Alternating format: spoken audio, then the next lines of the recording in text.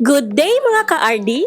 Tampok natin ngayong araw na to ang kauna-unahang masipag nating kababayan na mabibigyan natin ng rest day. Si Nanay Tessie Galit. Si Nanay Tessie Galit po ay 69 years old na. More than 5 years na po siyang naglalako ng mga basahan, walis at iba pa. Ganito po ang kanyang routine sa araw-araw. Sige po, alis na tayo. Magtinda na tayo. O, sige, bye-bye.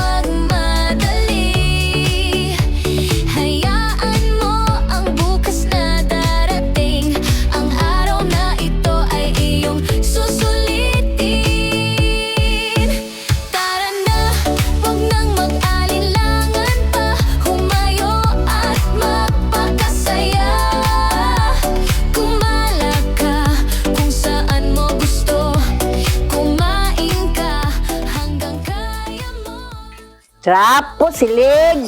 Ay, kabayo. Ang hiro ko ito. Trapo, silig.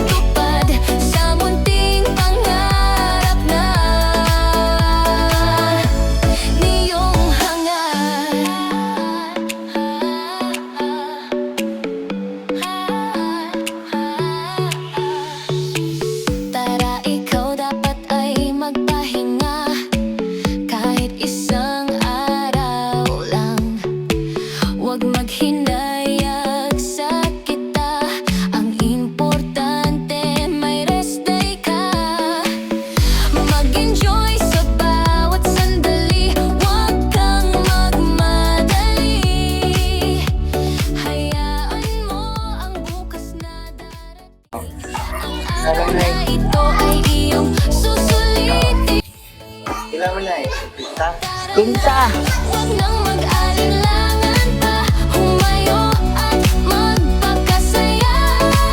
Salamat.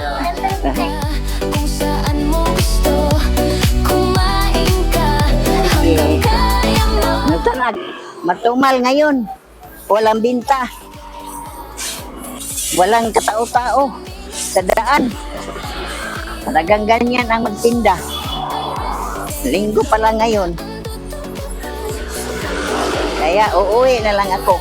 Isa lang ang binta ko. Isang paspas.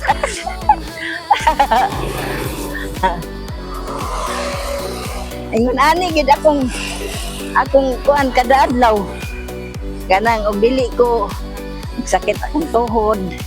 Sakit akong mandar akong hubak. Pag mandar wala na ni.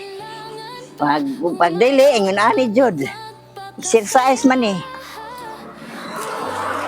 Exercise sa paa. Sa tuhod.